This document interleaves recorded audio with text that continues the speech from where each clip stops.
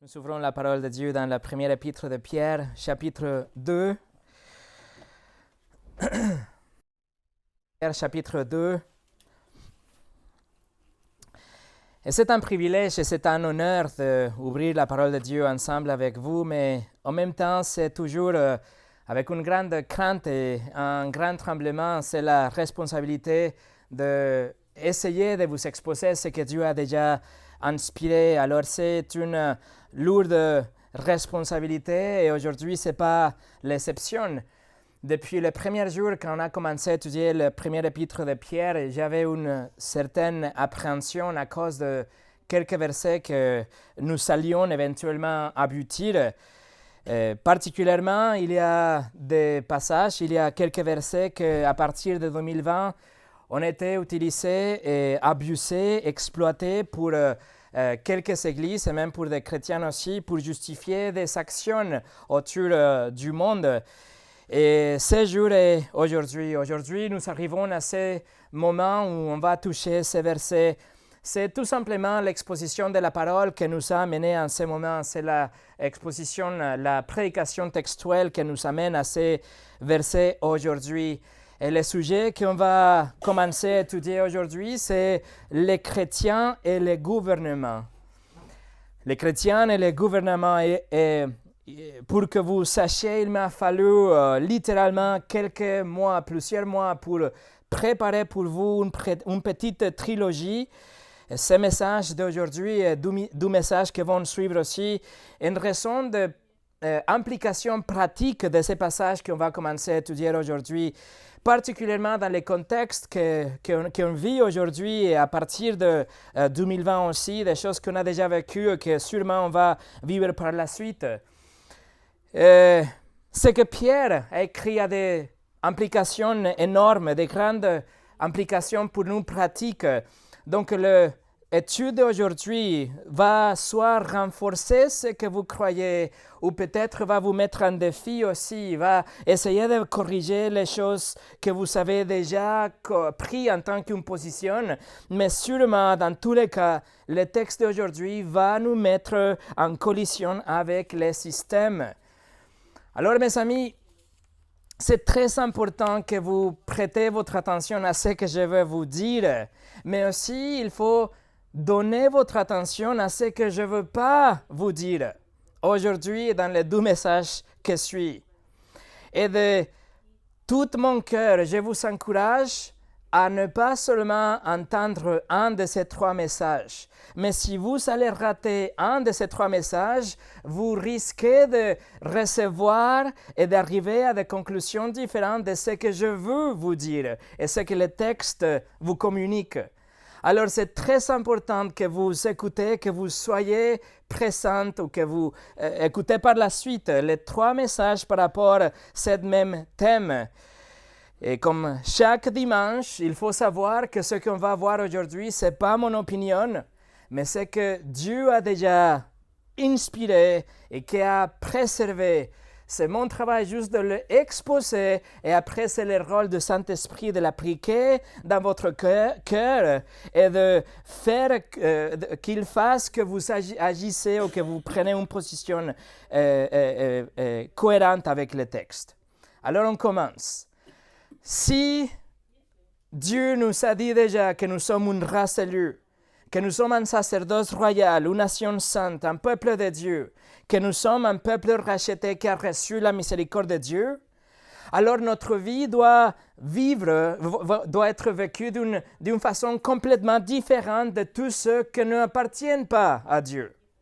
Nous avons vu la semaine passée que Pierre a continué, Pierre a donné des impératifs dans les versets 11 et 12. Il nous a donné un 6e commandement où il a dit « Abstenez-vous de tout convoitise charnelle ». Et après le 7e commandement dans l'épître, il a dit « Ayez une bonne conduite ». Deux choses qui vont nous différencier, nous distinguer de tout le monde, de toute la société aussi. Mais maintenant, Pierre va appliquer ce principe. Comment nous pouvons avoir une bonne conduite?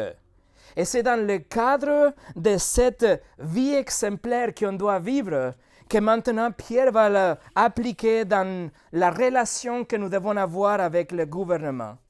la bonne conduite en face à un gouvernement. C'est ce qu'on va commencer à étudier aujourd'hui. Mais avant de commencer, je vous invite à prier. Seigneur, guide-nous, s'il te plaît, à travers ce thème que c'est assez délicat. Seigneur, dispose nos cœurs pour recevoir et donne-moi l'habilité pour communiquer tout ce que j'ai reçu, que j'ai arrivé en tant qu'une conviction. Seigneur, que ce soit ta parole qui parle, que ce soit ton esprit qui applique. Seigneur, bénis la prédication de ta parole et bénis notre vie par la suite pour qu'on puisse la vivre en cohérence avec ça. On remet ce temps entre tes mains, Seigneur, au nom de Jésus. Amen. On va voir notre texte que c'est 1 Pierre chapitre 2, verset 13 au 15. 1 Pierre chapitre 2, verset 13 au 15. Pierre écrit « Soyez soumis à cause du Seigneur à toute autorité établie parmi les hommes, soit au roi comme souverain, soit au gouverneur comme envoyé par lui pour punir les malfaiteurs et pour approuver les gens de bien. Car c'est la volonté de Dieu qu'en pratiquant le bien, vous réduisiez au silence les hommes ignorants et insensés. » Je voudrais voir avec vous 3 points aujourd'hui, alors que nous cherchons à comprendre ce que le texte signifie par ce qu'il dit. Nous allons voir la première chose, la soumission commandée. Numéro 2, la soumission raisonnée. Et numéro 3, la soumission spécifiée. Mais avant de commencer, permettez-moi de préciser qu'il y aura un 4e point, qui sera le seul point d'intérêt la semaine prochaine. Mais pour pouvoir arriver là, on doit vraiment saisir ces 3 points qu'on va voir aujourd'hui. On doit comprendre, avoir fermement établi les choses qu'on va voir aujourd'hui, parce que sinon, la semaine prochaine risque de rassembler à quelque chose que ce n'est pas le cas. Alors, vous devez comprendre ces 3 points aujourd'hui et la semaine prochaine, le 4e point sera la soumission exemptée. Mais pour arriver là, nous allons commencer aujourd'hui par la soumission commandée, que c'est d'ailleurs le titre de ce message, la soumission commandée. Alors, en suivant l'enseignement, le désir du Seigneur qu'on garde une conduite excellente là où nous sommes, il applique ces principes au domaine de l'autorité, la relation que nous avons avec les autorités. Et sous l'inspiration du Saint-Esprit, Pierre commande « Soyez soumis à toute autorité ». Voilà le 9e commandement de l'épître de Pierre « Soyez soumis ». Et le grec, c'est upotasso, que ça veut dire littéralement être soumis ou obéir à quelqu'un ou se soumettre à un autre. C'était un terme qui était utilisé aussi dans le domaine militaire pour dire que quelqu'un est soumis aux ordres à quelqu'un d'autre. Ça veut dire que pour avoir une soumission, on doit avoir une attitude de soumission, une volonté de soumission. C'est l'abandon de votre propre volonté pour obéir à quelqu'un d'autre. C'est l'opposé d'être défiant ou de résister ou de se révéler, mais plutôt accepter quelqu'un dans une position d'autorité. Ça veut dire, mes amis, que c'est une action de la volonté, c'est une soumission volontaire, c'est une acceptation délibérée de quelqu'un d'autre qui a une position d'autorité. Et nous, on va juste suivre ses ordres, on va nous soumettre. Pierre, dans son épître, va nous décrire 3 domaines dans lesquels la soumission est requise.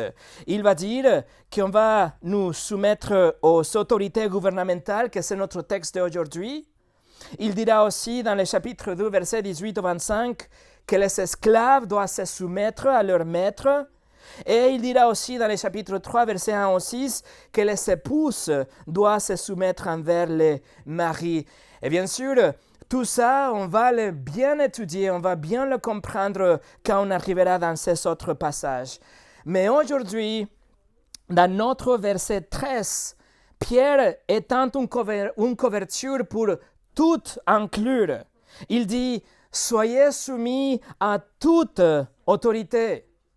Ce terme englobe tout ce que nous donne une autorité, c'est-à-dire les enfants et les parents, les responsables, les membres de l'Église, les employés, les employeurs, les enseignantes et les étudiantes, etc. Chaque endroit où il y a une autorité en place, les chrétiens doivent prendre une position de soumission, une position obéissante, pacifique, ordonnée. Dieu a établi l'autorité, des rôles différents pour qu'il y ait des rôles avec d'autorité, mais de l'autre côté, donc, il doit voir l'autre côté que c'est la soumission aussi. Il établit des rôles différents et des autorités différentes. Par exemple, dans 1 Thessaloniciens, on voit que les anges aussi, ils sont des rôles, il y a une soumission aussi.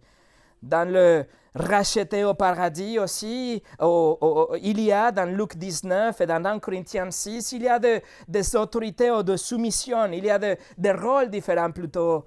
Et même parmi les membres de la Trinité, il y a des rôles différents, il y a des niveaux d'autorité différents. Est-ce que ça veut dire qu'il y a quelqu'un qui est meilleur ou a plus de valeur que l'autre? Non, pas du tout. C'est juste des rôles différents. Et encore une fois, si quelqu'un prend un rôle d'autorité, ça veut dire que l'autre doit prendre un rôle de soumission. En Corinthiens 11.3 nous dit « Je veux cependant que vous sachiez que Christ est le chef de tout homme, et que l'homme est le chef de la femme, et que Dieu est le chef de Christ. » Est-ce que le Père est meilleur ou plus grand que Christ? Non. Est-ce que l'homme est plus grand ou a plus de valeur que la femme? Non. Ce sont juste des rôles où il y a d'autorité donnée par Dieu. Ces rôles différents impliquent juste des niveaux d'autorité différents. Et quand nous avons quelqu'un qui est en position d'autorité, la caractéristique marquante chez les chrétiens est une soumission. Cela était très, très différent de juifs zélés à l'époque qui refusaient même de payer des impôts. Ils disaient qu'ils ne reconnaissaient aucun autre roi que Dieu. Donc, ils s'étaient rebelles. Ils disaient, on ne va pas payer des impôts. Et même aujourd'hui, on voit et on sait que la soumission et que la humilité ne sont pas bien vues aujourd'hui. Ce sont des signes de lâcheté et de faiblesse. Le monde aujourd'hui se base sur une relation de domination. On va voir qui est le plus grand et le plus fort. Et le monde est dominé par des protestes, des révoltes et la conquête par la force. Ça, c'est le monde d'aujourd'hui.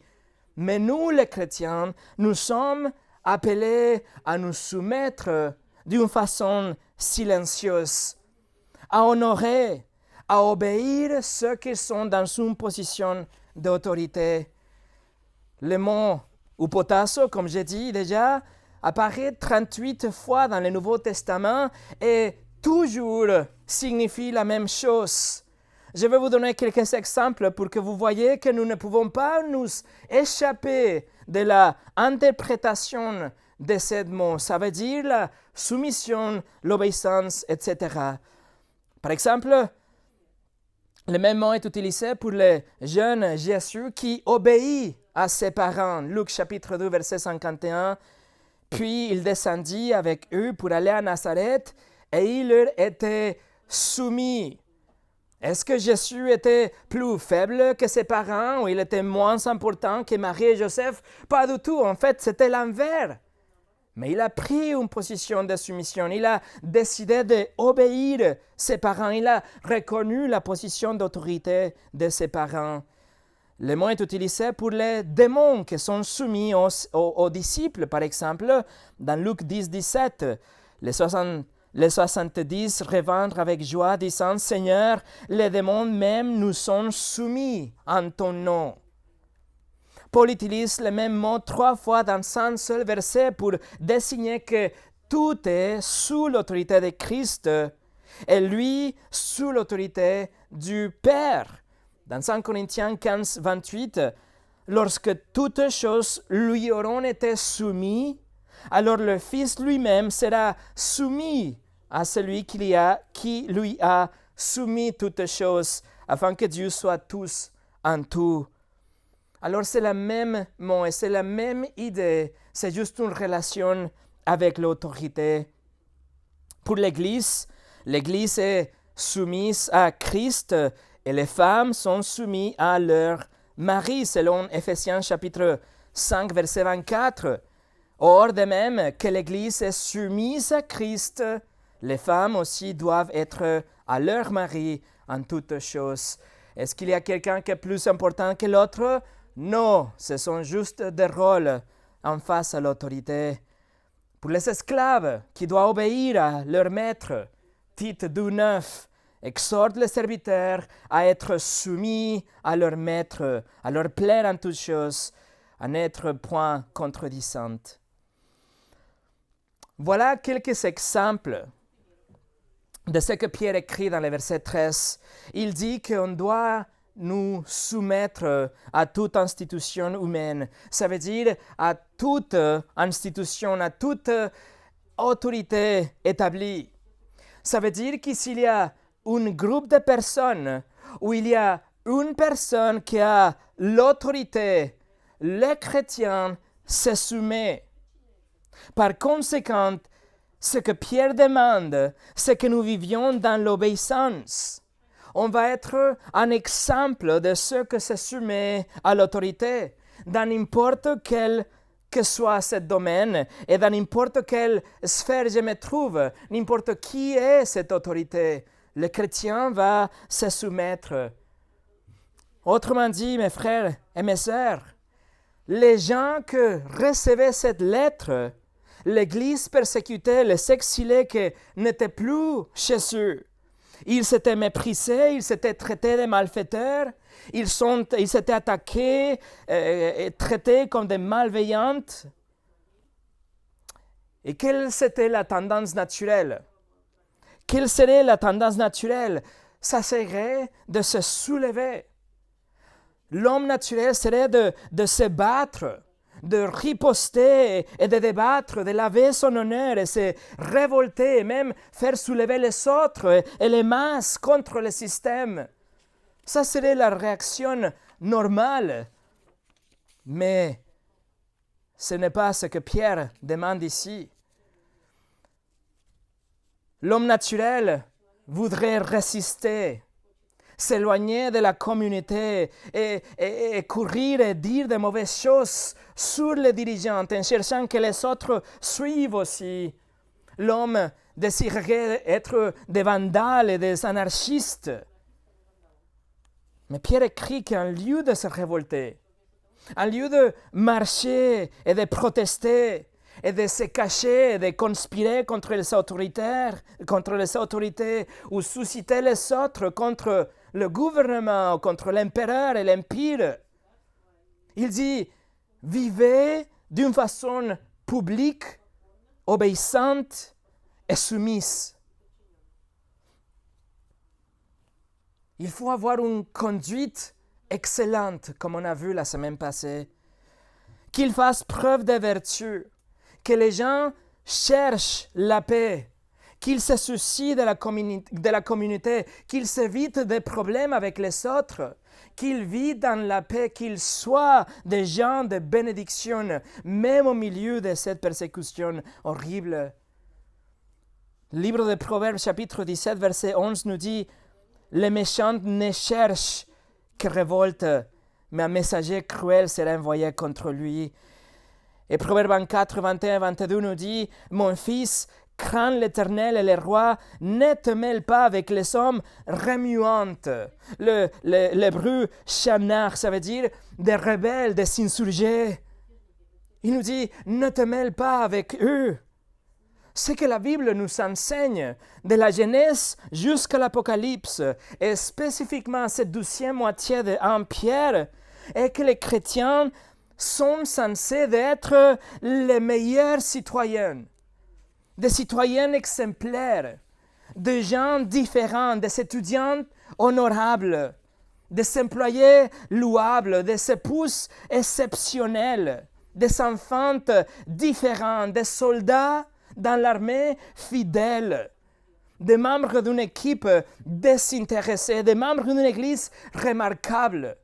Les chrétiens nous sont appelés à être exactement ça, un peuple saint dans tous les domaines de la vie. Là où il y a l'autorité, nous sommes commandés à nous soumettre, à garder une conduite excellente. Et la seule façon pour avoir cette conduite excellente, c'est d'obéir ceux qui sont dans un endroit, une position d'autorité.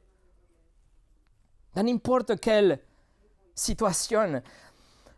Allez pour un moment dans le livre de Jérémie, chapitre 29. Le prophète Jérémie, chapitre 29. Ça fait pas longtemps qu'on a étudié avec John Glass cet livre et on a vu que le peuple d'Israël était exilé en Babylone. Et Dieu donne ce message à son peuple, mais son peuple était exilé. Il vivait dans une culture complètement méchante, sous un dirigeant complètement païen, impie. C'était de s'exiler. Et regardez ce que Dieu dit, Jérémie 29, versets 4 au 7. Ainsi parle l'Éternel des armées, le Dieu d'Israël, à tous les captifs que j'ai amenés de Jérusalem à Babylone. Bâtissez des maisons et habitez-le. Plantez des jardins et mangez-en les fruits. Prenez des femmes et engendrez des fils et des filles. Prenez des femmes pour vos fils et donnez des maris à vos filles, afin que l'enfante des fils et des filles multipliez là où vous êtes et ne diminuez pas. Recherchez le bien de la ville où je vous ai mené en captivité et priez l'Éternel en sa faveur, parce que votre bonheur dépend du sien. Vous voyez, les exilés reçoivent l'ordre de Dieu de vivre une vie normale. Dieu dit, bâtissez une maison, achetez une maison, plantez des jardins, travaillez les jardins, mangez les fruits de votre travail, ce qui implique une planification et un travail rigoureux et la patience et le temps. Et Dieu dit, allez vous marier et ayez des enfants, et que vos enfants aussi, ils aient des enfants aussi, qui implique aussi des années de vie, qui implique des générations qui vivent dans l'exil, mais dans une façon normale, en tant que des citoyens. Mais le verset 7, Dieu dit, cherchez la paix de la ville. Qu'est-ce que ça veut dire? Tout simplement, obéissez les lois. Soyez de bons citoyens, soumettez-vous aux autorités, payez des impôts, aidez votre prochain, ayez des amitiés, etc. Cherchez la paix de cette ville, Babylone, Dieu dit. Soyez un exemple. Faites tout ce que vous pouvez pour être un bon citoyen et pour le bénéfice de votre ville. Et il dit, et priez au Seigneur en sa faveur. Non seulement il faut vivre en tant qu'un bon citoyen, mais priez pour votre ville. Dieu dit ça même si vous habitez à Babylone et même si votre roi est Nabuchodonosor. Donc, la soumission aux autorités est sans aucun doute commandée. Mais aussi, numéro 2, la soumission est raisonnée. Revenez à Pierre. Pierre va nous présenter quelques raisons pour lesquelles on va nous soumettre aux autorités. En Pierre chapitre 2, versets 13 au 15, Pierre écrit, « Soyez soumis à cause du Seigneur, à toute autorité établie parmi les hommes, soit au roi comme souverain, soit au gouverneur comme envoyé par lui pour punir les malfaiteurs et pour approuver les gens de bien. Car c'est la volonté de Dieu qu'en pratiquant le bien, vous réduisiez au silence les hommes ignorants et insensés. » Alors il y a 4 raisons théologiques que Pierre nous présente ici, et il y a une 5e qu'on va aborder dans quelques moments, mais il y a 4 raisons ici pour notre soumission à toute autorité établie. D'abord, il dit pour l'amour du Seigneur ou à cause du Seigneur. La volonté du Seigneur, c'est que nous nous soumettions aux autorités. Alors quand vous le faites, vous êtes en train d'honorer le Seigneur qui a donné sa volonté pour vous. Vous êtes obéissant à la volonté de votre Seigneur. C'est la volonté de Dieu qu'on se soumet aux autorités. Donc, Dieu bénira votre obéissance. Il utilisera votre soumission, il exaltera votre humilité. Nous ne pouvons rien accomplir dans notre société si nous vivons d'une façon contre la volonté de Dieu. Dieu a conçu que les chrétiens soient soumis aux autorités. Donc, si on va faire quelque chose dans notre société, on va jouer par ces règles. Et il dit, il faut se soumettre. On va répondre d'une façon soumise à l'autorité. On va répondre aux règles que Dieu a données déjà pour que la société fonctionne. Donc, nous obéissons pour le Seigneur. Nous allons nous soumettre aux autorités, nous allons nous soumettre aux tribunaux, aux nouvelles lois, aux agents de la police, à nos patrons et à nos parents, au code de la route, etc. On va nous soumettre aux autorités pour le Seigneur. Deuxièmement, si vous regardez le verset 15, il écrit « Car c'est la volonté de Dieu qu'en pratiquant le bien, vous réduisez au silence les hommes ignorants et insensés. » C'est-à-dire que notre comportement est évangélistique. Ça, c'est la seule façon pour nettoyer votre nom ou pour blanchir la réputation de l'Église. Nous allons gagner la recommandation en lieu de la condamnation de la part des autorités. Et le terme que Pierre utilise ici, littéralement, ça veut dire « nous allons fermer la bouche de tous ceux qui critiquent l'Église, tous ceux qui cherchent à faire du mal. » Ces gens-là, ils ne veulent pas discuter ou raisonner avec vous, ils préfèrent juste de vous accuser. Mais si vous vous soumettez aux autorités, si vous avez une vie exemplaire, alors ils seront neutralisés. Leur bouche sera complètement fermée grâce à votre bonne conduite. Ça, c'est notre opportunité pour montrer que nous ne sommes pas des malfaiteurs, que toutes ces accusations que pu lancer contre nous ne sont pas vraies, sont fausses. Il n'y aura aucune excuse pour nous critiquer, mais en fait, les chrétiens, nous sommes, et peut-être nous sommes les seuls qui respectent, qui obéissent, qui prient pour les autorités. C'est ce qu'on va démontrer avec notre conduite et notre soumission. C'est ce que Pierre a écrit la semaine passée, si vous vous souvenez. Il a dit que notre bonne conduite, notre vie, c'est comme une vitrine pour que les gens puissent voir l'Évangile.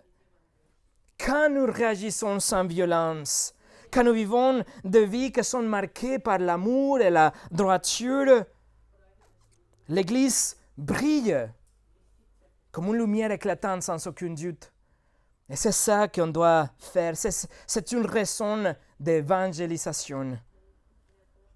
Il y a une troisième raison. Si vous sautez au verset 21, en Pierre chapitre 2, verset 21, il nous dit « C'est à cela que vous avez été appelés, parce que Christ aussi a souffert pour vous, vous laissant un exemple, afin que vous suiviez ses traces. » Alors nous nous soumettons aux autorités. Troisième raison, parce que le Seigneur l'a fait, parce qu'il nous a laissé un exemple. Et quel exemple exactement? On le trouve dans le verset 23. Lui qui injurie ne rendait point des injures, maltraitait ne faisant point de menaces, mais se remettant à celui qui juge justement. Le Seigneur Jésus a vécu sous le règne de l'injustice et l'iniquité de l'Empire romain et le juif religieux. Et pourtant, il n'a jamais attaqué les autorités. Il n'a jamais mené une proteste, il n'a jamais dirigé une marche ou de révolte dans la ville. Il n'a même pas ouvert sa bouche quand il aurait pu se défendre, quand il était jugé injustement. Alors la soumission, ce n'est pas une attitude lâche ou quelque chose de sain, un manque de caractère pour quelqu'un. Non, Jésus a dénoncé le péché quand il a trouvé la même chose, Jean-Baptiste et les prophètes aussi, mais ils ne se sont jamais révoltés. Ils ont reconnu toujours les droits des autorités de gouverner et ils se sont soumis à eux. Et ils avaient confiance dans le fait que Dieu un jour allait venger leur cas. Pierre et Paul, ils étaient au milieu de l'Empire romain, la période de l'histoire peut-être la plus décadente que jamais. Et ils n'ont jamais instruit l'Église à se révolter. Ils n'ont jamais défié les autorités. Nous nous soumettons donc aux autorités parce que nous nous revêtons du Seigneur Jésus-Christ, comme dans Romains chapitre 13, verset 14, et nous suivons l'exemple de notre Seigneur. La quatrième raison, nous nous soumettons tout simplement parce que Dieu a délégué l'autorité. Il a créé l'autorité et il a délégué son autorité aux institutions humaines. En fait, dans notre verset 13, 1 Pierre chapitre 2, verset 13, le mot pour institution vient du grec ktisis, que ça veut dire créer quelque chose. Et dans le Nouveau Testament, il est utilisé toujours pour l'action de Dieu dans la création. Ça veut dire que le Nouveau Testament reconnaît que Dieu a créé les institutions d'autorité. C'est comme si Dieu a créé toute institution humaine et après il a délégué en quelque sorte de son autorité suprême. Il donne un certain degré d'autorité à toute institution dans toutes les sphères d'influence de notre vie. Je vous invite à aller à Romains chapitre 13. Et vous pouvez garder un marque-page là-bas ou votre doigt. On va tourner plusieurs fois Romains chapitre 13 et 1 Pierre 2.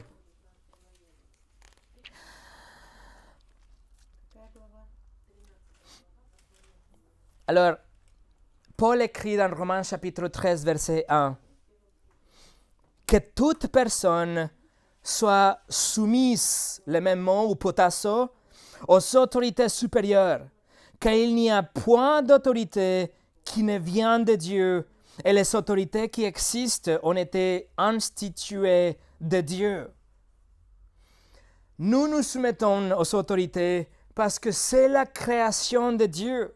C'est la manière prescrite par Dieu pour maintenir l'ordre dans la société. C'est la structure qu'il donne pour garder la paix dans notre vie, dans notre société. Les bonnes institutions, les mauvaises institutions, les bons leaders, les mauvais leaders, ils ont été tous nommés, désignés par Dieu et utilisés selon son plan.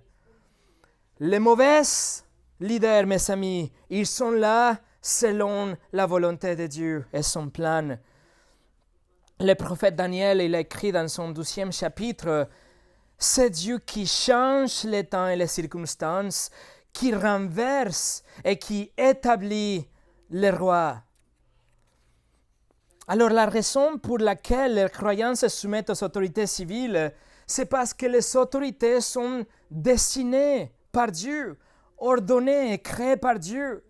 Et si nous sommes soumis aux autorités humaines, ça veut dire que nous sommes aussi soumis au plan de Dieu, car lui a souverainement établi ses leaders et ses institutions aussi. Alors voilà les 4 raisons pour lesquelles nous nous soumettons de ce texte de 1 Pierre chapitre 2. Numéro 1, pour l'amour du Seigneur, pour la cause du Seigneur. Numéro 2, parce que c'est une action évangélistique. Numéro 3, parce que nous suivons l'exemple de notre Seigneur. Et numéro 4, parce que Dieu a établi ses autorités et en nous soumettant à eux, nous nous soumettons à lui. Donc, nous nous soumettons. Nous avons vu la soumission commandée, la soumission raisonnée, et numéro 3, la soumission spécifiée. Revenez à 1 Pierre chapitre 2. Laissez votre doigt ici et revenez à 1 Pierre chapitre 2. Regardez le verset 13 et le verset 14. Soyez soumis à cause du Seigneur à toute autorité établie parmi les hommes, soit au roi comme souverain, soit au gouverneur comme envoyé par lui, pour punir le malfaiteur et pour approuver les gens de bien. Pierre va d'un terme très large. Il dit « Soumettez-vous à toute autorité établie parmi les hommes ». Et il spécifie après. Il va à la position spécifique d'un roi dans le verset 13 ou d'un gouverneur dans le verset 14. Pierre utilise le mot que littéralement ça veut dire roi, mais nous savons qu'il faisait référence à l'empereur romain, juste pour faire une distinction entre l'autorité suprême et le magistrat inférieur ou le gouverneur, tel que par exemple Pilate, ou dans Matthieu 27, ou Félix dans Actes chapitre 23, il utilise le même mot pour se référer au gouverneur. Donc il y a l'autorité suprême, si vous voulez, l'autorité, le roi ou l'empereur, et après il y a le magistrat inférieur comme le gouverneur. Alors, qui était dans l'esprit de Pierre lorsqu'il a écrit ces lignes? Qui était dans les pensées de Pierre lorsqu'il écrit « Soumettez-vous au roi » Réponse, l'empereur Néron. L'empereur dont l'autorité était cruelle à l'époque, sous la persécution duquel Pierre sera mis au mort. Mes amis, Dieu attend que les chrétiens soient soumis aux autorités, même si l'empereur, même si l'autorité suprême est aussi diabolique que Néron. Néron a tué aussi Paul d'ailleurs. Et Pierre écrit « Soumettez-vous ». Pierre, dans le verset 14, il décrit brièvement le but du gouvernement. Il dit le but du gouvernement est punir les malfaiteurs et approuver les gens de bien. Et c'est intéressant que le mot pour punition ici a une connotation d'une vengeance. Cela signifie faire payer quelqu'un d'une pénalité pour quelque chose de mal que la personne a fait. Alors écoutez mes amis, cela va vous choquer, mais le gouvernement, selon la Bible, ne cherche pas à réformer les criminels, mais à porter les châtiments aux malfaiteurs. Et on trouve une déclaration similaire et le même mot aussi dans Romains chapitre 13. On y retourne, si vous voulez aller, Romains 13, verset 4. Paul écrit « Le magistrat est serviteur de Dieu pour ton bien, mais si tu fais le mal, crains. Car ce n'est pas en vain qu'il, le gouvernement, porte l'épée, étant serviteur de Dieu pour exercer la vengeance et punir celui qui fait le mal. » Alors il n'y a pas de réforme pour les criminels, il y a une punition claire ici. Donc, voici la 5e raison pour laquelle nous nous soumettons aux autorités, puisqu'ils portent l'épée. Ils ont le pouvoir donné par Dieu de punir, de réprimander. C'est une faculté divine. C'est leur rôle dans la société, garder l'ordre, mener l'épée pour punir les méchants. L'épée, bien sûr, c'est l'épée de la justice pour infliger un châtiment ou même la peine de mort à un criminel. C'est l'épée de la guerre pour protéger l'État d'une invasion ou de ses ennemis. C'est l'épée de l'ordre pour neutraliser toute rébellion et tout désordre, bien sûr. Et en même temps, Pierre écrit que le rôle du gouvernement est de récompenser ou célébrer le bien, le bon citoyen, que c'est ce que Paul écrit ici dans Romains chapitre 13. Regardez la fin du verset 3. Romains 13, verset 3, à la fin, il dit « Fais le bien et tu auras son approbation. » C'est le rôle du gouvernement de punir les méchants et récompenser les bons citoyens. Et s'il va récompenser celui qui fait le bien, alors les autres seront incités pour aussi faire le bien. Ça, c'est, mes amis, l'autorité donnée par Dieu au gouvernement. Dieu a délégué son autorité au gouvernement pour qu'il punisse les méchants, il récompense les biens. Ça, c'est leur compétence et nul autre. Ça, c'est leur juridiction très importante pour la suite. Ça, c'est leur domaine. Ça, c'est leur autorité. Et leur autorité est limitée. Il y a des limites fixées par Dieu. Son sphère de pouvoir est limitée par la parole de Dieu. Et en fait, c'est pour ça aussi qu'on paye des impôts, pour que les autorités aient les ressources pour exercer les responsabilités que Dieu les a données. Regardez le verset 6, Romains 13, verset 6. C'est aussi pour cela que vous payez les impôts, car les magistrats sont des ministres de Dieu entièrement appliqués à cette fonction. Et vous dites, oui, mais les gouvernements d'aujourd'hui sont corrompus. Le gouvernement d'aujourd'hui, il récompense celui qui fait le mal et il punit celui qui fait le bien. Il ne félicite pas, mais condamne la moralité et il punit celui qui fait le bien. Ils ne sont pas d'impartiaux, ils ne cherchent pas à être justes, mais ils portent leur propre agenda. Donc Pierre ne sait de quoi il parle. Paul a tort. Le monde est différent aujourd'hui, vous pensez. Mais mes amis, souvenez-vous que le monde de Pierre et le monde de Paul étaient inondés par l'esclavage. C'était un monde où les abus et la discrimination étaient normales et légales. C'était un monde où les petites filles pouvaient être noyées si le père décidait de tourner son pouce vers le bas. C'était un monde où les femmes étaient maltraitées à chaque jour et il n'avait aucune voix.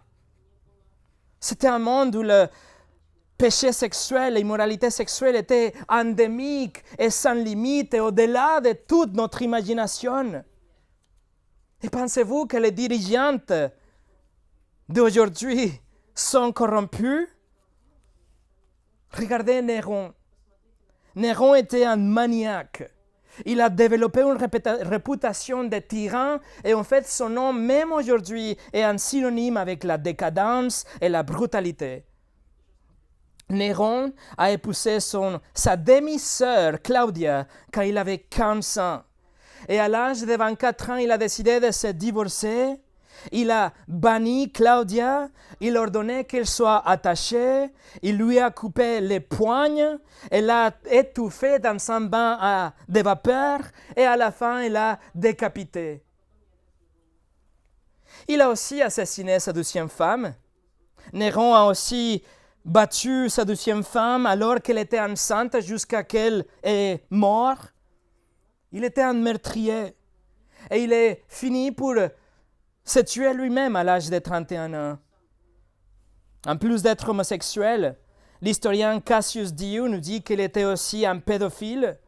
Et l'historien romain Tacitus, il dit de Néron, je cite, « Il s'est pollué lui-même par toute indulgence licite ou illicite. »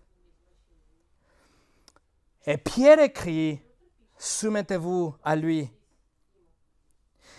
Même si César est diabolique, même si César est tyrannique, la volonté de Dieu est qu'il soit reconnu comme l'autorité et les chrétiens soumis à lui, honorés en tant qu'autorité, qui ont pris pour lui, mais en fin de compte qu'on s'en soumet à lui.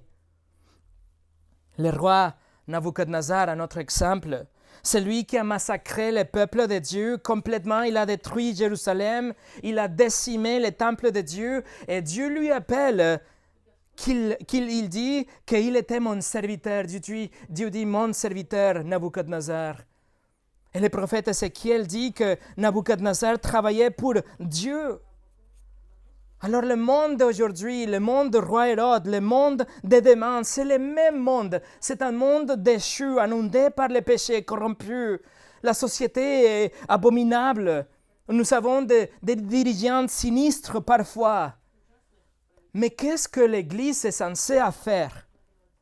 On doit se révéler, on doit protester, on doit désobéir? Non. Nous nous soumettons, nous honorons, nous craignons, nous prions pour les autorités. En fait, laissez-moi vous lire de 1 Pierre chapitre 2, plus tard dans le verset 18, Pierre passe à notre sphère d'autorité, la relation entre le maître et l'esclave. Et il dit, la position par défaut, même si le maître est mauvais, est de soumission. En Pierre 2, 18, il écrit, serviteurs, soyez soumis en toute crainte à vos maîtres, non seulement à ceux qui sont bons et doux, mais aussi à ceux qui sont d'un caractère difficile. Et nous avons dans le Nouveau Testament l'exemple d'Étienne, par exemple, quelqu'un que la Bible décrit comme un homme plein de foi et de Saint-Esprit. Et il a modélé cette attitude de soumission pieuse à des autorités impies. Il s'est soumis lors de son message évangélistique d'Actes chapitre 7, il s'est humblement soumis à leur autorité abusive et il a fini pour perdre sa vie. Injustement, mais tranquillement. Il n'a pas mené une rébellion contre les autorités. Et il était là devant l'apôtre Paul. C'est lui qui serait l'apôtre Paul. Alors les croyants étaient sûrement choqués lorsque Paul écrit la même chose. Surtout si vous pensez qu'il vivait sous le régime de terreur de Néron. Mais l'instruction est claire. Regardez Romains 13, verset 7. Paul écrit, rendez à tous ce qui leur est dû, l'impôt à qui vous devez l'impôt, les tribus à qui vous devez les tribus, la crainte à qui vous devez la crainte, l'honneur à qui vous devez l'honneur. Ou dans les mots du Seigneur Jésus, Matthieu 22, 21, rendez à César ce qui est à César et à Dieu ce qui est à Dieu. Alors, mes amis, la position par défaut d'un chrétien, sous n'importe quel régime, sous n'importe quel César est la soumission. C'est ça la volonté de Dieu. John MacArthur écrit, toutes les formes de gouvernement, de dictature ou de démocratie sont remplies de mal parce qu'elles sont dirigées par des pécheurs déchus. Pourtant, l'autorité civile vient de Dieu, même si les gouvernants individuels peuvent être impies. Et pour finir aujourd'hui, allez avec moi à 1 Timothée chapitre 2. 1 Timothée chapitre 2. 1 Timothée chapitre 2. Il faut savoir qu'il y a 4 textes dans le Nouveau Testament qui traitent directement la relation de chrétiens avec le gouvernement. Nous avons Romains 13, nous avons 1 Pierre chapitre 2, nous avons 1 Timothée chapitre 2 et nous avons Tite chapitre 3. Et tous ces 4 passages sont cohérents dans ce qu'il appelle les croyants à vivre de vie exemplaire, à être des citoyens obéissants, à nous soumettre au gouvernement. Le témoignage de l'Écriture est abondamment clair. Ça, c'est l'attitude par défaut d'un chrétien, même si l'autorité est corrompue et tyrannique comme le César. Mais alors, qu'est-ce qu'on peut faire? Qu'est-ce qu'on peut faire à part de nous soumettre, d'obéir? Nous n'allons pas nous opposer au gouvernement par des actions de proteste ou par notre rébellion, mais plutôt ce qu'on va faire, nous allons prier pour les dirigeants. Regardez 1 Timothée chapitre 2, versets 1 et 2. J'exhorte donc avant toute chose à faire des prières, des supplications, des requêtes, d'actions de grâce pour tous les hommes, pour les rois et pour tous ceux qui sont élevés en dignité, afin que nous menions une vie paisible et tranquille, en toute piété et honnêteté. Alors c'est notre responsabilité, mes amis. On va prier pour les dirigeants, on va prier pour tous les hommes, mais surtout pour les rois, pour les autorités. Qu'est-ce qu'on va prier? Nous allons prier qu'ils comprennent qu'ils sont péchés contre un Dieu saint. Qu'ils comprennent que devant les yeux des Dieu, la haine est aussi mauvaise que le meurtre et la luxure est aussi mauvaise que l'adultère. Nous allons prier qu'ils se rendent compte que Dieu les a donné la vie et le souffle de chaque jour, mais qu'ils ont blasphémé son nom et ne respectant pas son nom et l'utilisant sans respect avec indifférence. Nous allons prier qu'ils comprennent que s'ils ont volé qu'1 euro, ils sont des voleurs. Qu'ils s'ils ont menti qu'une seule fois, ils sont des menteurs devant Dieu. Qu'ils prennent conscience, c'est notre prière, qu'ils prennent conscience qu'il y a un châtiment qui viendra et que Dieu, qui ne peut pas mentir, il a déjà donné le bénédict. Le bénédict, c'est l'enfer pour l'éternité à tous ceux qui ont transgressé sa loi. Mais nous prions qu'ils verront le besoin d'un sauveur, qu'ils comprendront que Dieu est riche en miséricorde et qu'ils croiront que Jésus est venu pour mourir à leur place, qu'ils apprécieront qu'il a pris leur châtiment sur lui et qu'il a satisfait la justice de Dieu sur la croix et qu'il affirme qu'il a ressuscité et que sa résurrection preuve qu'il était vraiment Dieu dans la chair. On va prier qu'il saisisse les cadeaux gratuits de la vie éternelle et le pardon des péchés et qu'il vienne dans la repentance et la foi pour prendre ces cadeaux que c'est quelque chose dont nous tous avons besoin, mais que personne ne pourrait jamais l'avoir. Nous allons prier qu'il voie la lumière. Nous allons prier qu'il arrive à se repentir et à croire en Christ, parce que s'ils le font, ils recevront une nouvelle nature et le Saint-Esprit qui cherchera à accomplir avec droiture ce que Dieu leur a confié en tant que roi et notre gouvernement. Et nous prions aussi, mes amis, pour que le gouvernement ne tombe pas dans un des cas exceptionnels dans lesquels l'Église ne peut pas obéir. Néanmoins, l'Église est prête à en assumer les conséquences. Mais ça, c'est ce que nous allons voir la semaine prochaine. Prions ensemble.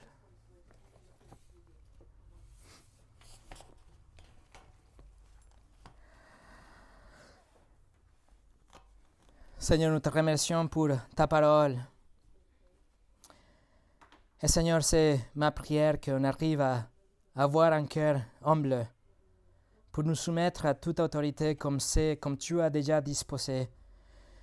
C'est ta volonté, Seigneur, qu'on soit des meilleurs citoyens et qu'on arrive à nous soumettre avec un cœur doux et humble, en silence, et qu'on arrive à voir notre gouvernement comme des gens que tu as établis, que tu as créés, que tu as confié cette autorité pour ces moments de l'histoire.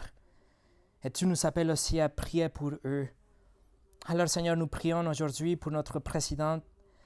Nous prions pour les sénateurs. Nous prions pour les gouverneurs, pour les maires.